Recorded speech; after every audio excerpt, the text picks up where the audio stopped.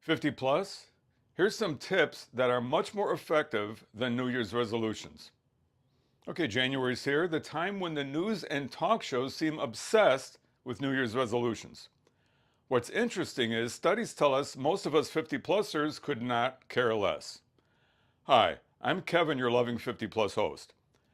In a survey by the distinguished folks at Pew Research Center from January of 2024, last year reported only 24% of 50 to 64-year-olds and a measly little 18% of 65 plusers intended to even make a New Year's resolution. Now, I would think that after a lot of Januaries under their belts, those intrepid folks that did make a New Year's resolution have had success doing so in the past, and that's great. If something works, keep it up. The other 75 to 80% of 50 plusers in the survey who said they will not make a formal New Year's resolution may have kind of ongoing thoughts and ideas about aspects of their lives they're interested in maybe not completely changing, but rather improve upon in the coming year. Now, I can remember conversations that would come up during training sessions, this time of year with people at health clubs and in groups and one-on-one sessions. From these experiences, I've developed a list of ideas that we can focus on that are vitally important to our 50 plus future. Now, the first sets the tone for the rest. In order to improve aspects of our own lives, I feel it's extremely important to respect yourself. With respect comes a desire to be our best. A desire to be our best can provide the energy, the guiding force to get and stay healthy. A desire to be our best ensures we do what we need to feel a part of the world around us. And a desire to be our best makes us get up in the morning and look forward to trying new things. The opposite of a desire to be our best is to be stagnant, feeling like you're going nowhere, same old stuff, stuck in a rut that you absolutely don't want to be in. Now, whether you're still working, retired, or somewhere in between, that can happen to any of us.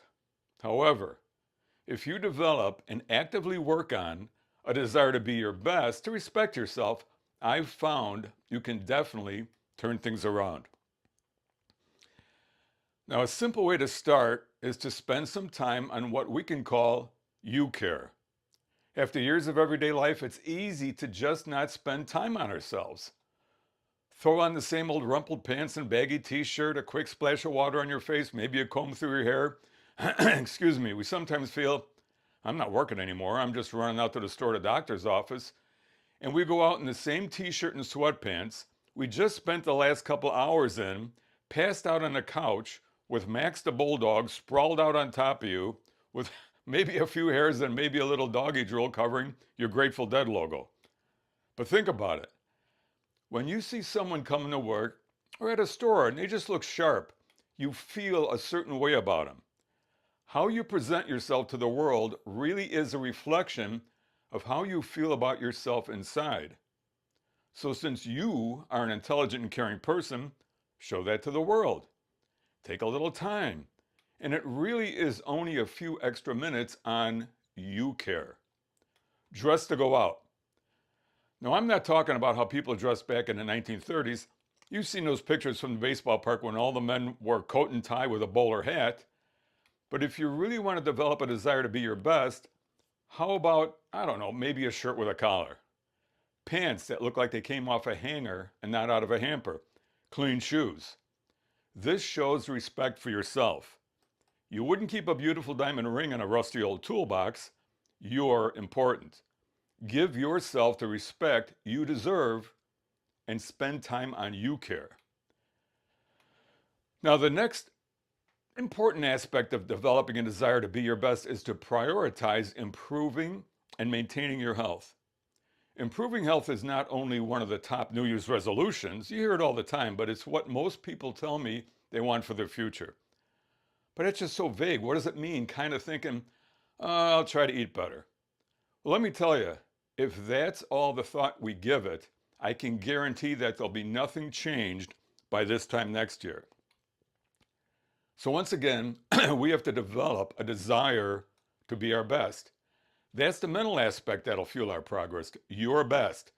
Not just sort of okay, your best. So the concept of improving your health involves, in my opinion, 3 important and specific topics. Number 1, to be your best, you must maintain regular checkup visits with your physician. If you're not feeling well, and at this point in your life, you know when something's just not feeling right, call your doctor. God forbid something does come up, catching an issue early hugely impacts how it can be treated. Get the tests your doctor recommends. Don't be a chicken, they don't hurt. Nowadays, going for the doctor recommended tests is almost like a day spa. The nurses and technicians go out of their way to make you feel comfortable and safe. I can tell you from personal experience, health outcomes depend on early tests. Now, number 2, to be your best, give your wonderful body opportunities to enjoy regular physical activity. This year, I want you to discover that the reason most people do physically active stuff is not just to look a certain way, it's because the activity itself makes them feel so good. Now think about why little kids run around like crazy. They're not thinking, oh, all this running around will make my quads look nice and firm. Heck no. They're running around willy-nilly because it just feels so good. And I've said this in the past, if you're chasing them around, you'll find yourself laughing uproariously. The same thing with your pooch. They're standing at the door, anxious to get outside. Sure, some of it may have to be that they got to go to their outdoor restroom, but they really want to get out and stretch their doggy legs. All that activity feels good. So this year, treat yourself to those same feelings. Try different activities. Now keep in mind, you may not have done a lot of physically active stuff since your radio was blasting Dancing Queen by ABBA, so give yourself some time to let your body get used to the activity and start easily. Start easily, but stay consistent. Every other day is a good place to start. Now, number 3, to be your best, let's look at what we eat as nutrition first, as providing your body with essential nutrients to function at its best. Come on, you're a smart cookie. So the first step is to recognize that cookies and cakes are what they used to be, desserts. Sometimes we'll snack on some chips here, a few cookies, some ice cream, and just not be hungry for a nutritious meal. I remember as a kid, I'd be eating dinner with my family with every bite of, chicken and with those peas and carrots staring at me from my plate, knowing their consumption depended on me getting a slice of my mom's amazing chocolate cake that was sitting on a counter. Dessert didn't happen until we ate the nutritious stuff first. Now, consuming nutritious food as the main focus of your meals on a regular basis can reduce your risks for many diseases. And another point, nutritious foods can help with recovery from illnesses. Now, as we all know, we've heard it in the past, focus on consuming those nutritious foods like lean proteins, complex grains, beans, lentils, nuts, and those incredibly delicious vegetables and fruits first. You'll be pleasantly surprised that you just won't have the desire to snack on chips and cookies as much. Now, what I would like to add, if you'd allow me, is realizing that who you are and the desire to be the best you can be and sharing the kindness and civility you bring to the world around you is immensely important to our society. Something as simple as a smile can change moods with both you as the smiler and the recipient of your smile. This will be an amazing 2025.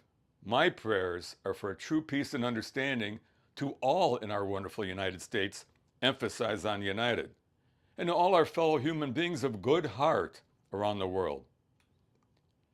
Now, thanks for watching our 7th Loving 50 Plus video. I appreciate you being here.